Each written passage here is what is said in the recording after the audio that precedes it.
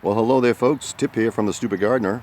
Just want to give you an update on our raised garden bed here and show you our cucumbers and as well as our green beans, the pole beans, and also our tomatoes.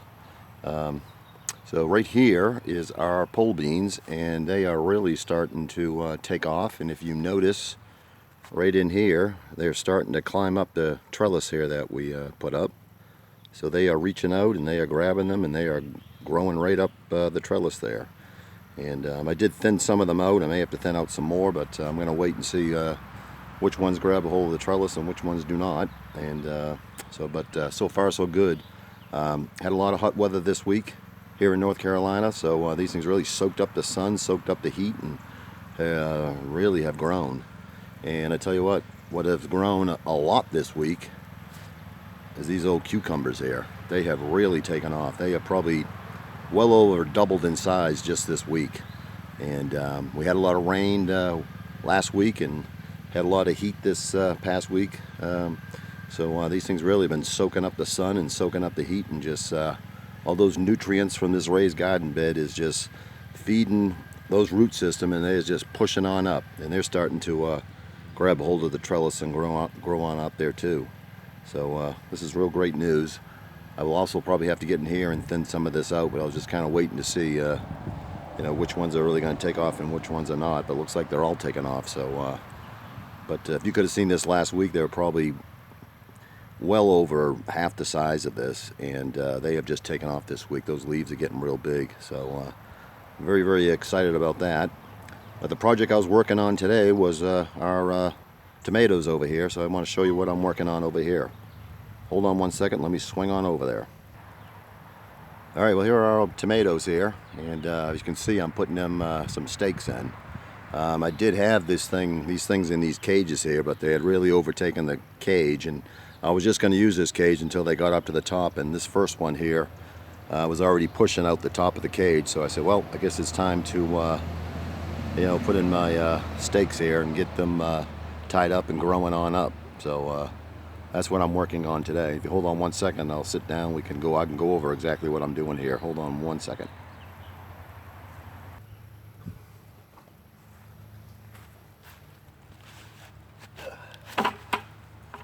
Okay, folks.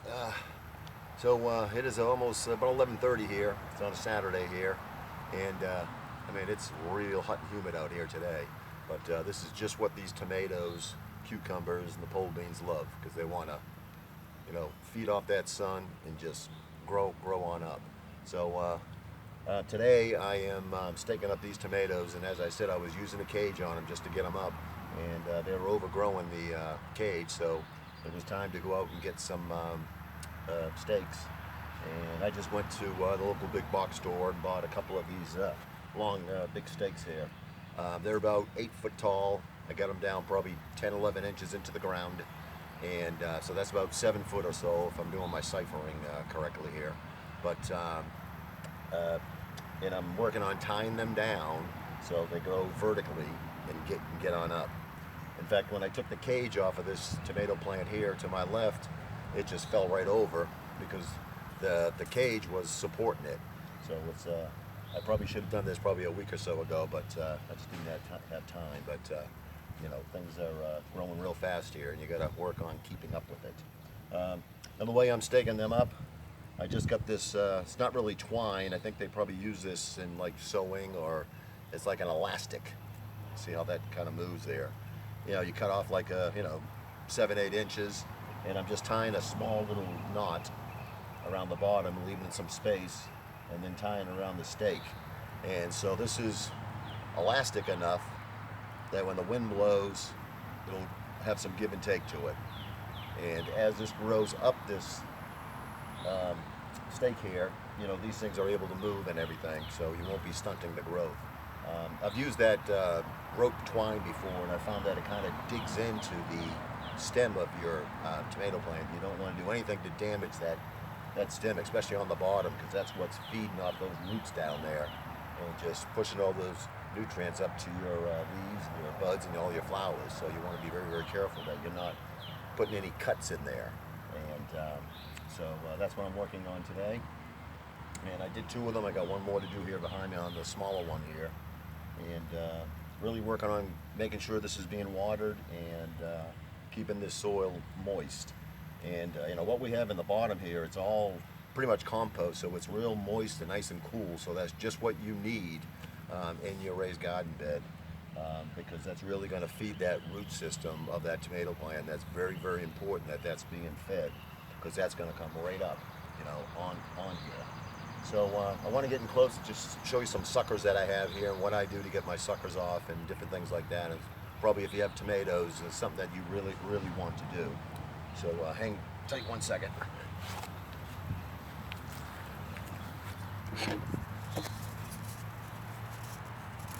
Oh, I covered it up there. Okay. Okay, so you really want to check your tomato plants, and I usually do this before I water them, is that I really check in. And you want to look right in there, if you can see. I can get my finger in there, but right in there. See that? There's a sucker that I've already taken off. And these suckers grow right out of these little corners here, and they grow up at a 45-degree angle. And before you water, you want to make sure that you are getting these suckers pulled off, because that's really going to take away from your tomatoes, your flowers, and everything, because that's just like a new tomato plant that's trying to grow off your tomato plant. So you really want to keep these things pruned, and just check them before you water, because they pretty much grow up over overnight. And if you look right up in here, I can get over here, there's a sucker right there. You can see it right there. And so that's something that you want to get in there, and you just pull it off just like that. It pops right off. And but you really want to check all your tomato plants and do your due diligence to get those off there, because that's going to kind of take away from feeding your tomato plant.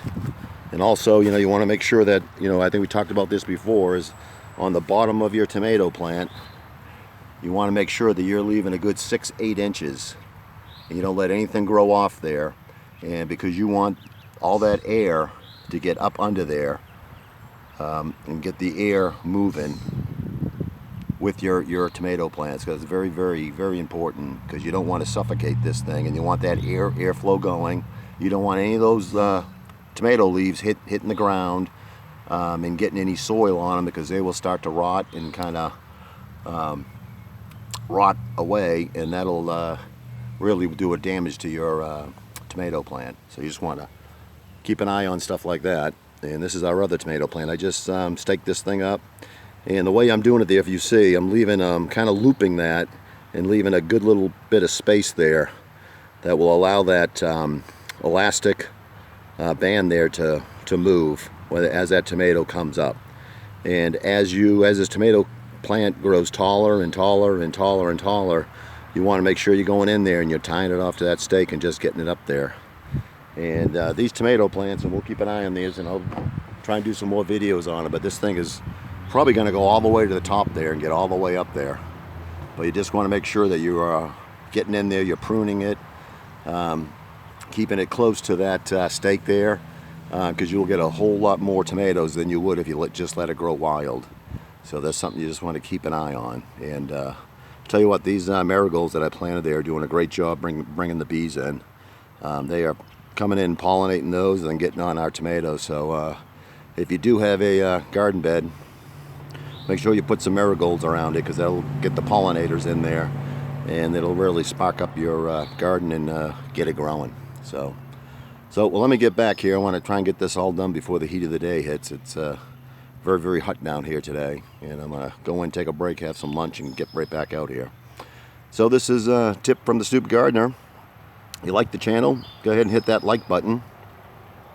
Got a comment, put it down below. And if you're not a subscriber, please do. Everyone take care. God bless.